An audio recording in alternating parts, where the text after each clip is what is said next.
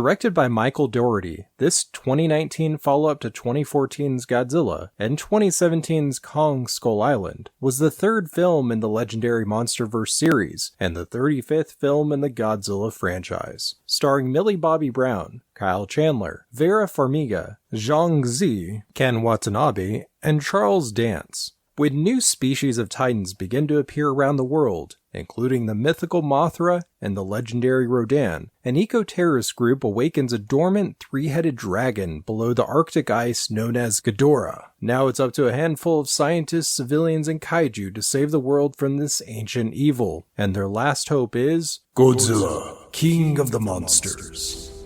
Kong is not the only king.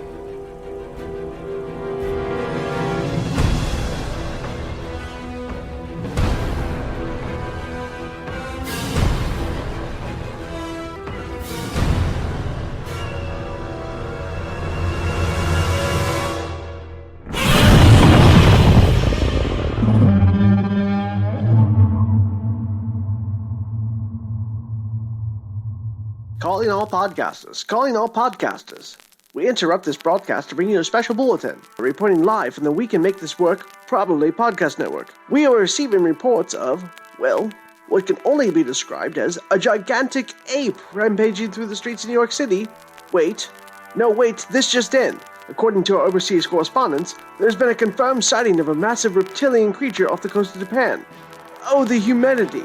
If you have any information regarding these two Goliath monsters or their film franchises, please record on your dictaphone and post or telegraph your audio transmission to us at probablywork.com. Please hurry. Time is running out. We've just been told that the mayor is evacuating the city and the president dispatching military forces. I don't know how to describe what I'm looking at, dear listeners. They appear to be squaring off. Jeez. This is it, people. The battle of the century. It's Zilla versus Kong. A fire-breathing lizard takes on the giant angry ape. In this, a no-holds-barred clash between the king of the monsters and the titan of Skull Island. Who will come out on top? Why are they fighting? How did that monkey get so big? Find out on the latest season of Podcasters Symbol, Kongzillathon. Podcasters Assemble! This is Troidal Power from the Power Playthroughs podcast. Hi, this is Stephen White, co-host of the Super Mega Crash Brothers Turbo podcast. Hi, this is Justin Aki, graphic designer and one-half of Significant Nautico. Hello, I'm Robert Kelly, host and writer of Record All Monsters. Eric Slater here from Epic Fails of History and Too Young for This Trek. Yo, this is Corey from The World Is My Burrito. Hello, this is MC from the Best Animated Shows Ever. So far. Hey, this is Chris from Comic Zombie and Epic Fails of History. I'm here today to talk about Godzilla, King of the Monsters. Godzilla, King of Monsters? King of the Monsters from 2019. Godzilla, Alpha of the Alphas. Godzilla, King of the Monsters. Godzilla, of course, first appeared in the original Gojira from 1954. Mothra first debuted in her own movie in 1961, later fighting Godzilla in 1964's Mothra vs. Godzilla. Rodan first appeared in a solo outing in 1958 before later teaming up with Godzilla and Mothra against King Ghidorah in 1964's Ghidorah, the Three-Headed Monster. Ghidorah returned in the sequel, 1965's Invasion of Astro Monster. And all of them returned once again to duke it out in 1968's Destroy All Monsters.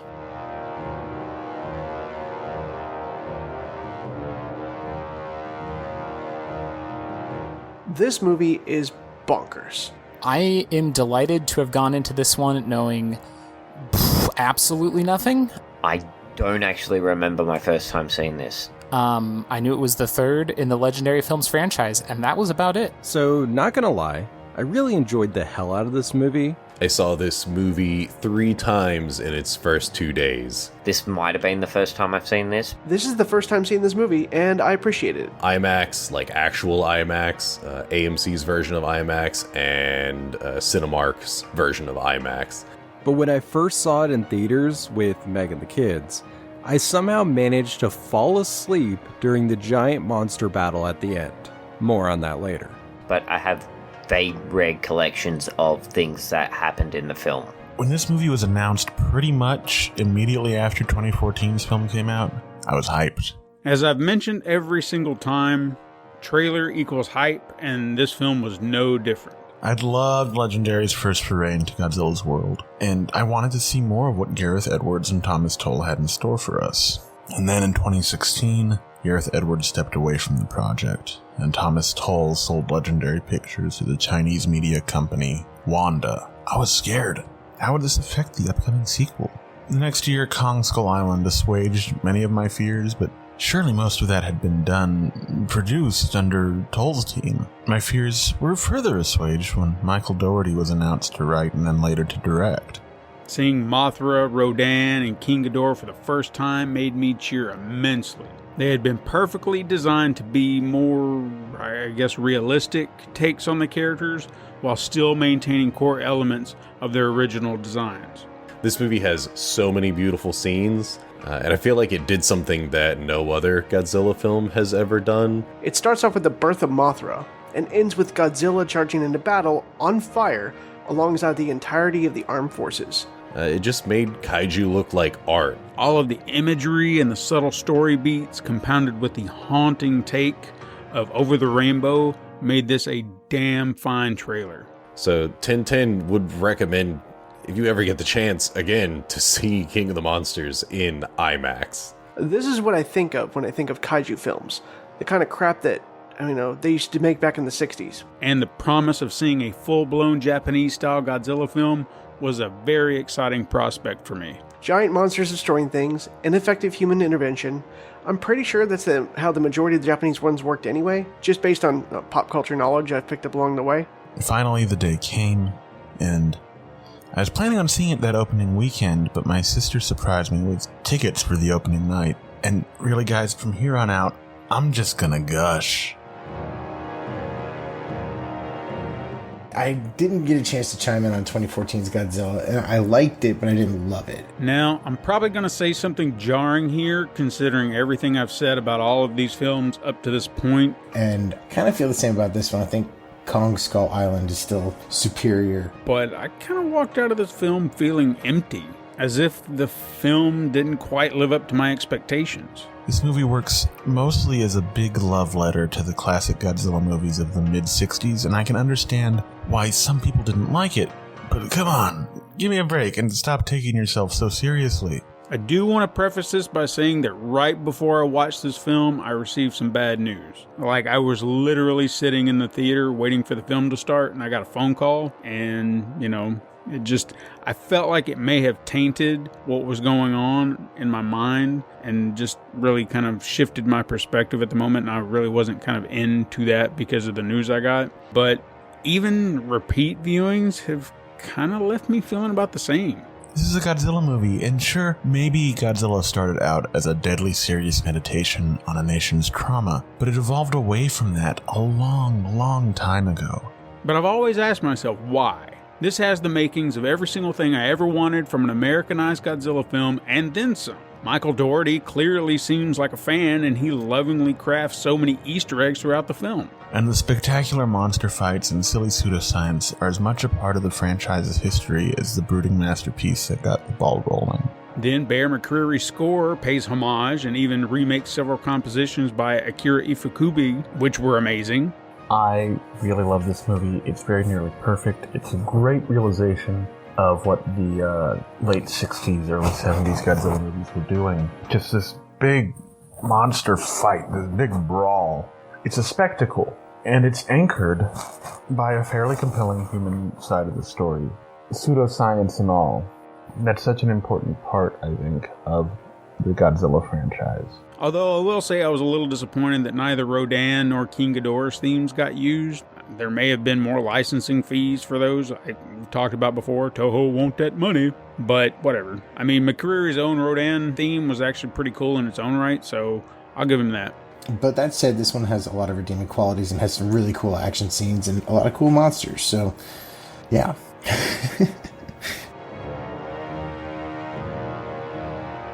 Once again, this one has really cool opening titles. I like all the ancient Sumerian-like iconography during the Legendary and Warner Brothers logos.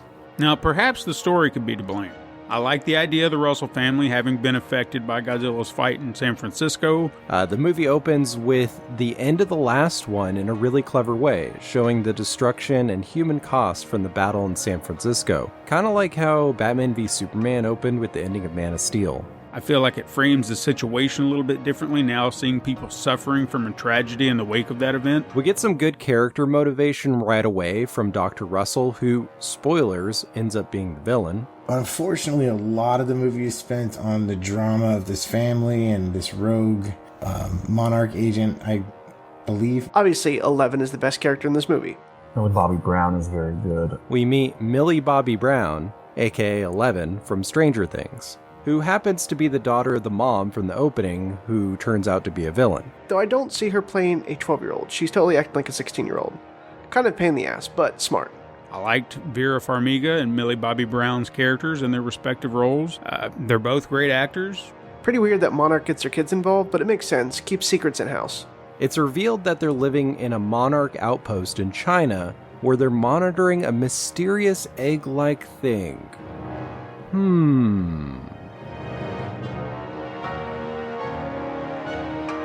It starts off with Mothra's easily identifiable cry.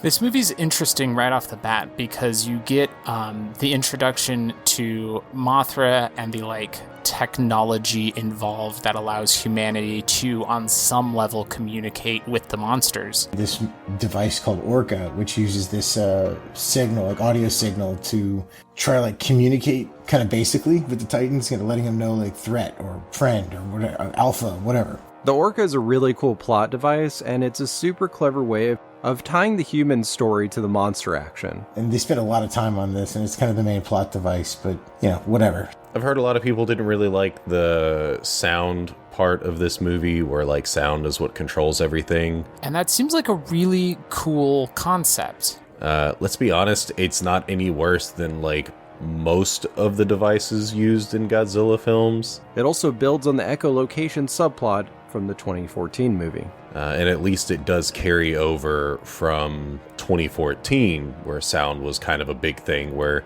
they do state that these giant creatures are speaking to one another. The idea that we can now talk to Godzilla, who is this monster that, the media labeled after the San Francisco attack the savior of our city, even though there was no reason for that. But now we can talk to him. That's an awesome setup. It never pays off. The whole MacGuffin of the Orca is kind of silly. They mentioned something triggering Mothra, and I'm pretty sure it was our main chick, since the movie starts with her case open on her bed and her crying, not solely over the death of her son. This movie is very excited about the names of monsters. The best monster in this is probably Mothra. I love the Mothra larva reveal. So cool. If there was one thing I could change, I really wish we'd seen just a little more Mothra larva movement. Mothra larva's usually half the movie, and in this one, we see Mothra larva born, we see Mothra larva stick its head out of a waterfall, and that's it. We don't actually get to see it waddle around all cute-like. Also, love the little cues to the Mothra theme. Masura. From the very beginning, they introduce us to Mothra by saying whatever scientific name they've come up with for Mothra. I like the return of Mothra. One of the attentions to detail that I really liked when the Mothra larva hatches is that it doesn't kill anyone, and then the entire scene, nobody dies by the hands of Mothra. And then the little girl who plays 11 in Stranger Things goes, "You mean Mothra?" And it's oh, okay, we're doing that in this movie. Cool. So they soothe Mothra with the Orca device. I still get chills when you hear the girls humming the Mothra tune as soon as Mothra calms down. Masura. Very cool. But then Charles Dance shows up. Aw snap, it's Papa Lannister. Cut to a conference with scientists debating against the US military. Dr. Serizawa has a mic drop moment and just walks out of the hearing. We got to talk about the Kyle Chandler of it all. Meanwhile, Eleven's dad is off photographing wolves in the wild. Kyle Chandler is pretty good again in this. Wait, it's Bruce Baxter from Peter Jackson's King Kong. Kyle Chandler is the action star of this movie.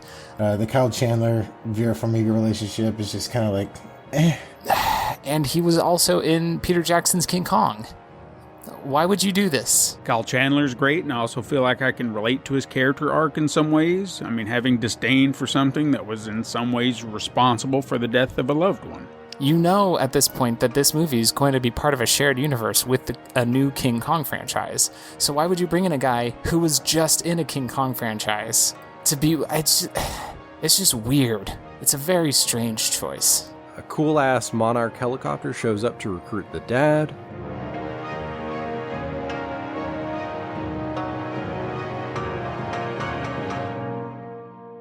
The less said about the human stuff, the better. Then there's this, I don't care about the humans. Why can't it just be monsters fighting the whole time? That's what I came to see here. Because rednecks, you try watching 90 minutes of nothing but monsters fighting, and I promise you, you'll get bored at some point. We need human characters to drive any kind of plot along, regardless of how silly it may be. We see Castle Bravo, the secret underwater Monarch HQ. And Dr. Mark Russell appears. He was in Godzilla Aftershock, the comic that released before the movie. We get an exposition scene about the Titans and the eco-terrorists who took Eleven and her mom hostage. One of my favorite characters is Sam Coleman. He is head of technology at Monarch. I didn't really like him to begin with, but he kind of grew on me. I liked which characters made a comeback, including the Admiral and some other military people from the past. And as much as I liked the previous human characters from the last movie, I'm really happy we got a new cast, with the only returning characters being Ken Watanabe's Dr. Serizawa and Sally Hawkins. And David Strathairn does make a cameo appearance. And also an older Dr. Brooks from Skull Island, and a good callback. My least favorite character would have to be Admiral Stenz. I just didn't find him to be a very likable or relatable character. He was kind of cold. But I really like that we see more about Monarch and how they operate. Godzilla appears and approaches the underwater base. The humans do the most reasonable thing possible this time and stand down. Open shields. Oh sure, just let him in for a beer. I love the pulsing glow as Godzilla approaches the fortress and freaks everyone the hell out. And Bradley Whitford, who is awesome. Best line in the entire movie, the dad from Get Out says, "I record everything." You recording this? I record everything, man. But in like a real creepy way. Everything? Though the worst character comes with them, in the form of Bradley Whitford, who I generally like, but he wears a little thin over the course of this movie. Apparently Bradley Whitford tried to play the character like Rick from Rick and Morty, so he got a little drunk a lot and acted weird. I just like to think that this movie's a prequel for Cabin in the Woods, because after dealing with giant world-ending monsters, he goes on to work with another giant monster company. I'm also still not entirely sold on the amount of comedy in this film, but it is very similar to the 98 Godzilla cartoon. It's not over the top. I kind of wish the Verizon dude wasn't in it. He's probably my least favorite character, but for the most part, I like how everyone kind of works together. There isn't really much character development that can be done with Kaiju. That is, unless you want them to start talking, then we'll get into real silly territory. But hey, look, I'm getting off the rails here. Mothra apparently cocooned under a waterfall. Apparently, the Titans just leaking radiation causes insane plant growth and world healing, and some people would rather have it that way. Dr. Russell shows off her montage of human pollution with some footage of the Mudos and Kong. And all of her rationale makes like no damn sense. I mean, it does make a bit of sense, especially with places like Las Vegas being full of greenery now. The clips of the oasis growing up over the Vegas destruction was pretty cool.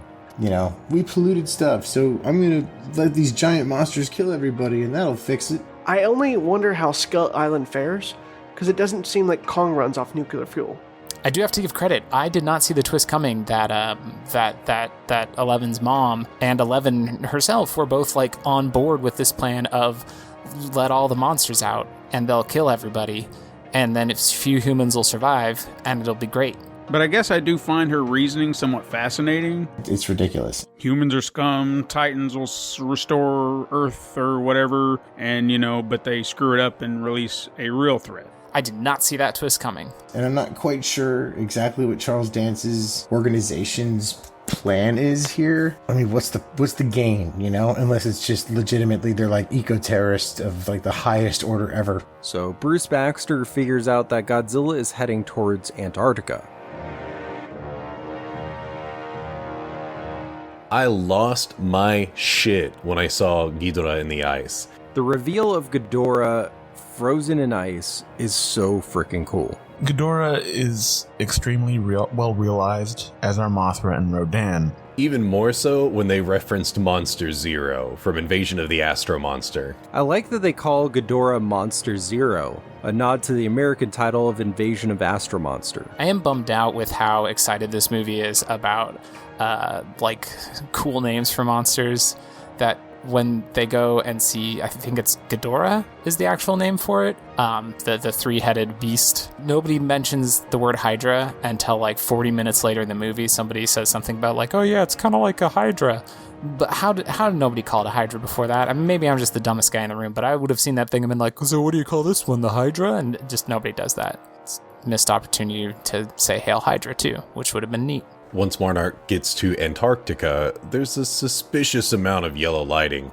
The evil mom detonates some charges and unleashes Ghidorah.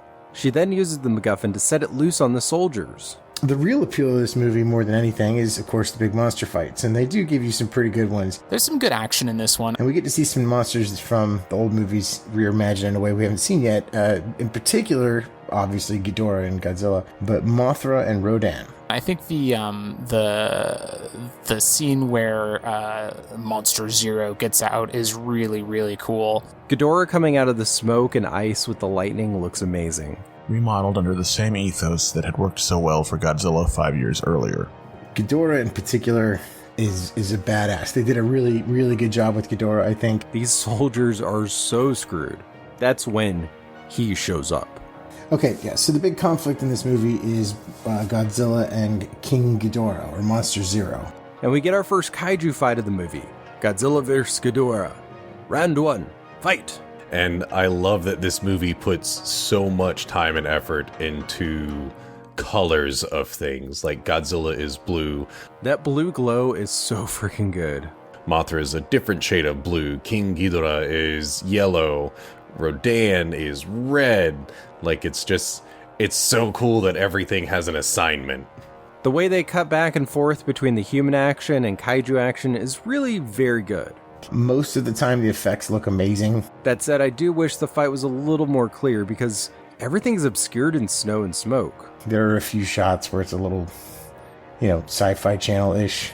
I wouldn't go that far, but it's tending more towards that spectrum than some of the other shots. From the get-go, poor Kevin gets the worst treatment. If you don't know who Kevin is the left head of Ghidorah. Probably one of the coolest moments is when both Godzilla and Ghidorah, both using their breath weapons at each other, very spectacularly.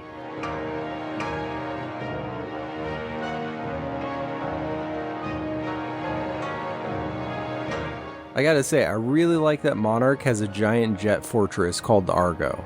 So my joke about the giant stealth fighter base is that Monarch is just leasing part of S.H.I.E.L.D.'s aircraft to hold their people in. This thing's pretty sweet. The crew debates the plot aboard the Argo en route to Isla de Mara in Mexico, where a Titan is being contained in a volcano. The villains debate releasing Rodan. I'd have to say that Rodan's introduction is probably one of the biggest highlights in this film for me. The whole Mexico sequence with Rodan busting loose is pretty incredible. The worst monster would have to be Rodan. Rodan is one of my favorites as a kid. I have no idea why. I honestly couldn't tell you. He's not that cool. The scene with Rodan, I want to say. Local legends call it Rodan, the fire demon. The fire devil is pretty dope. I was also insanely hyped that Rodan popped out of a volcano. The way it emerges, spewing magma from its wings. But his scene where he comes out of the volcano and then as he's flying, the force of his, the wake is behind him is like pulling cars and buildings apart. Love the hurricane force winds from Rodan's wings. Everything's burning and it's just killing everybody. It's pretty insane. It's a really cool scene. This is the truest form of Fire Rodan. We haven't seen this guy since 93. It just looked like a turkey with leather wings. Rodan's wings just casually destroying cities by like sonic boom is just beautiful to see again, and I'm glad that they kept that in here. The jets try and take down Rodan, but it just made it angry. It might be my favorite monster scene in the whole movie, honestly. It's pretty awesome. It was very odd looking. I feel like he's one of those kaiju that doesn't get really enough recognition, even though he's been around for over 60 years. Funny side note, in the original Rodan movie, they actually mentioned global warming. This is a movie from the 50s. We've known this was a thing for over 60 years, and there's still people today that don't believe it, even though we're just now feeling the impacts of it. Speaking of intelligent monsters in Kong Skull Island, I love how Rodan very tactically executes every single jet. So Rodan's after the Argo when Ghidorah appears. That was a lucky break. The Argo dives out of the way as we get our second giant monster fight. Rodan vs. Ghidorah. Fight! Bringing up Ghidorah as the creation, the cause of the hurricane, is a great knockback to 54. A Category 6 hurricane? Shit. I thought Category 5s were bad. Because Godzilla was just as much the embodiment of inclement weather that constantly hit Japan as he was the dangers of misused nuclear energy. Ghidorah makes quick work of Rodan. The military reveals its plans to use a new experimental weapon against Monster Zero, the oxygen destroyer. So to have this kind of lunatic science running amok, that's a point in this movie's favor to me. I know that bothered a lot of people, but I think it's just perfect.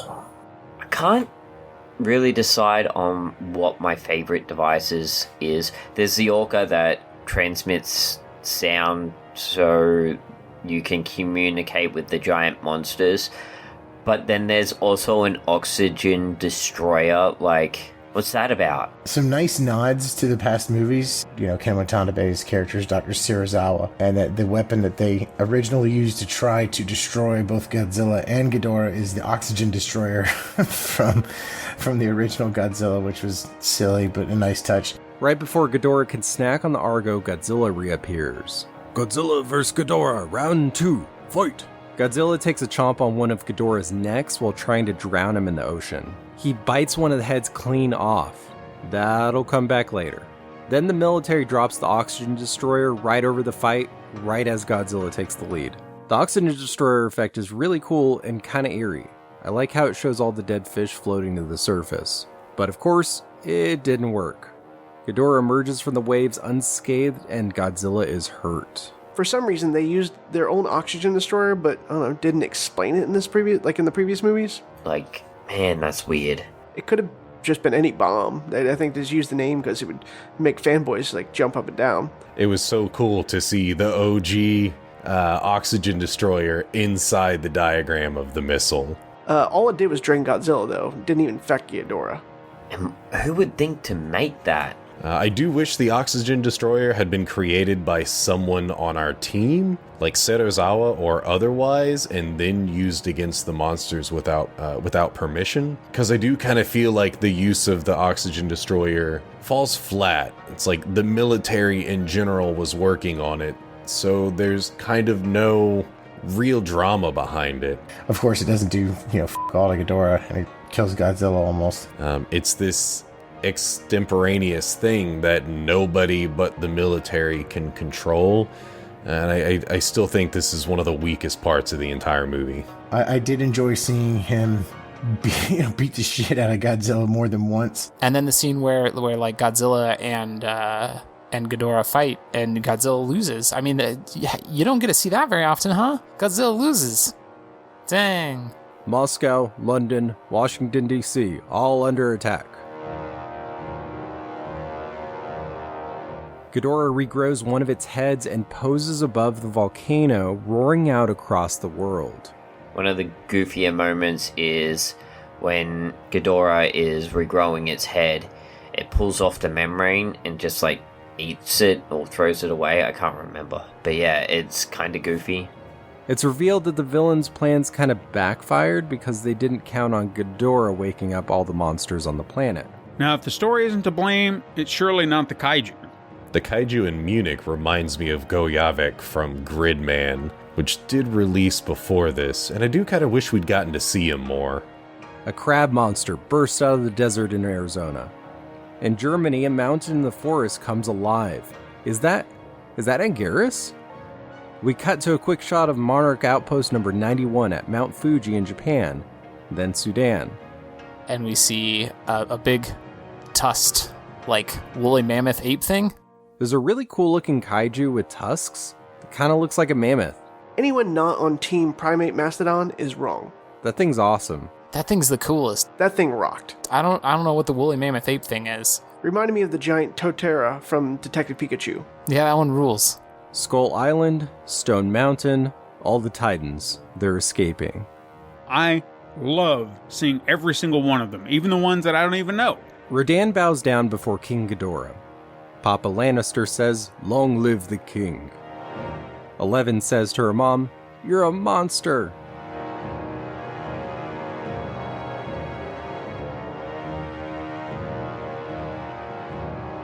We then see Dr. Ling staring up at the Mothra cocoon, and she emerges from the waterfall as a beautiful butterfly.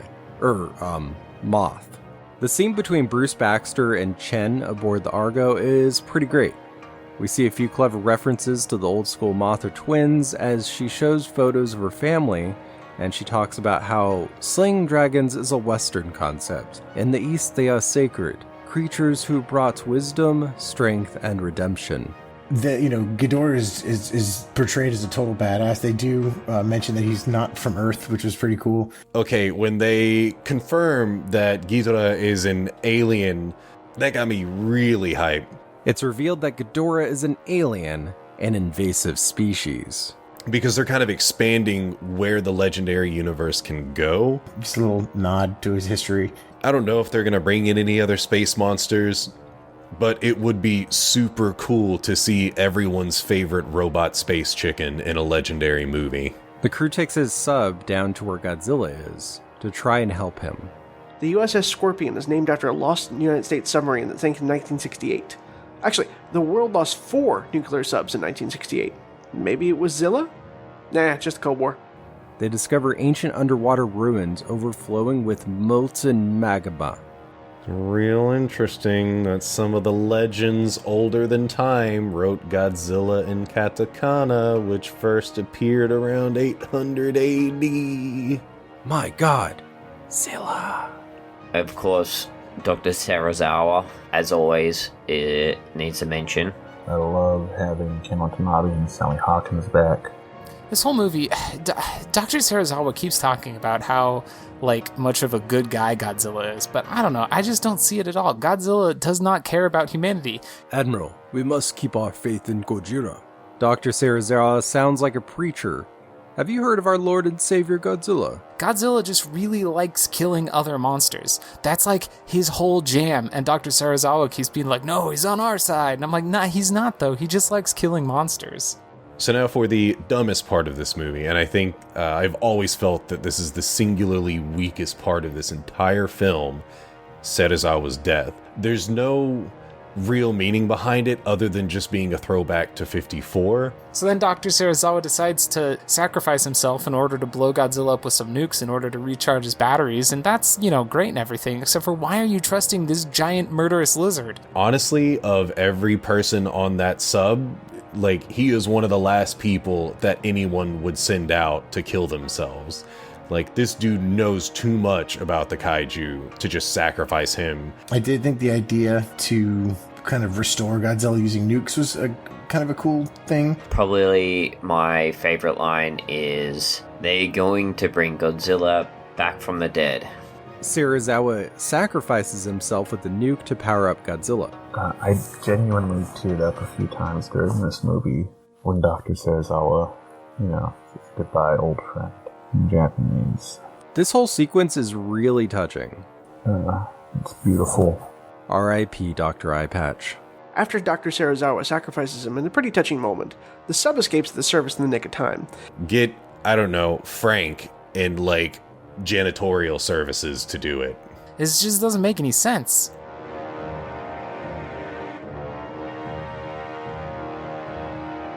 Mothra, Queen of the Monsters, appears in the sky in all her glory. So, like, her and Godzilla have a thing going on? That's kind of messed up, right? Mothra was weird. Very colorful. Mothra's reveal is so beautiful. This movie's just beautiful. Mothra is an odd one because Mothra has always been cool to me, but I really couldn't tell you why because it's kind of really sort of lame. It's like a moth that shoots silky webs and has like healing powers. Like, oh, okay. No one's gonna pick Mothra when you're a kid. You have like action figures or a video game or whatever. And it deals with the spirituality, kind of ingrained in these characters by Shinichi Sekizawa's writing. Michael Dougherty really understands that. I'm sad he's not coming back for Godzilla vs. Kong, because he seemed to really understand this franchise.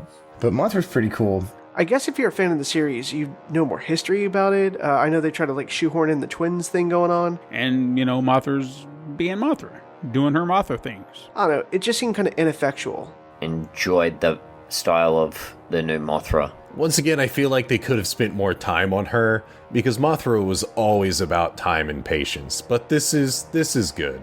And then Godzilla launches his whole body out of the water and stands to look down at the sub. Godzilla emerges from the ocean, juiced up and ready to fight. Let them fight. Blasting his atomic breath at the sky, posing for the poster. What is it? What is he stepping on? He's in the middle of the ocean. We literally just saw an underwater scene with the sub surfacing. We see the military fighting off Rodan as multiple tornadoes tear up DC. And as far as the others, Godzilla's just doing his thing, constantly clashing with Ghidorah, who's fighting back, and, Mothra's being Mothra, doing her Mothra things. And I feel like that last statement's really what helped me reflect on what my biggest issue with this film may be. I've seen it already, I mean, there are very few things about this movie that really surprised me.